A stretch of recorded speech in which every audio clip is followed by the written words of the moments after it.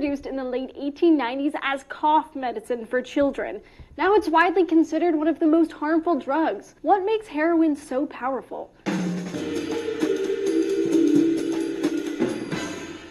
Hey everyone, Julia here for D News. A study published in the journal Lancet ranked heroin as the second most harmful to users and to others after alcohol. And it's one of the most addictive, according to the National Institute on Drug Abuse. It's also one of the most deadly. The World Health Organization says heroin users face a 20 to 30 times higher risk of death than non-drug users. So how is the drug so powerful? Well, like most opioids, it works on certain receptors in the brain. Your brain has receptors for endorphins, the feel-good chemicals your body naturally produces. They help us handle pain and stress by inhibiting the firing of neurons. But opioids like heroin have similar chemical structure as those endorphins, so they bind to those receptor sites, sometimes even more strongly than the natural ones your body produces. According to a study published in the Journal of Neuroscience, frequent heroin injections actually desensitizes these receptors. They get so stimulated they kind of wear themselves out. So over time, a user will have to increase their dosage just to get the same feeling. Heroin users reportedly feel a rush lasting just a few minutes that produces an intense relaxation.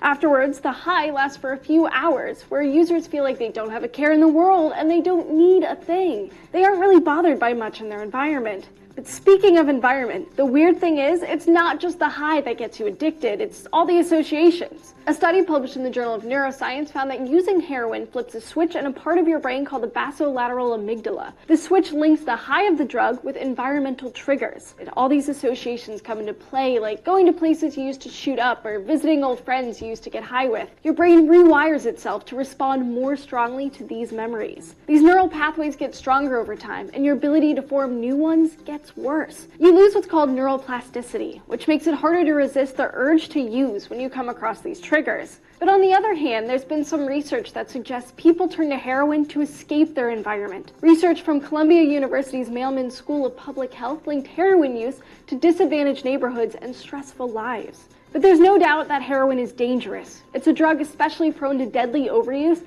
because its hits can vary in purity. Someone who is used to using 10% pure heroin mixed with some other stuff might purchase some that's 60% pure heroin, but there's no good way to tell the difference. The drug's deadly effects come from its relaxing properties. Basically, while you relax, it suppresses your respiratory system to the point where your body forgets to breathe. Heroin can also cause some serious heart problems too, even leading to a heart attack. As awful as this drug is, heroin abuse is still a very big problem in the US. To find out why it's become such an epidemic in recent years, be sure to watch this video of Seeker Daily. One PA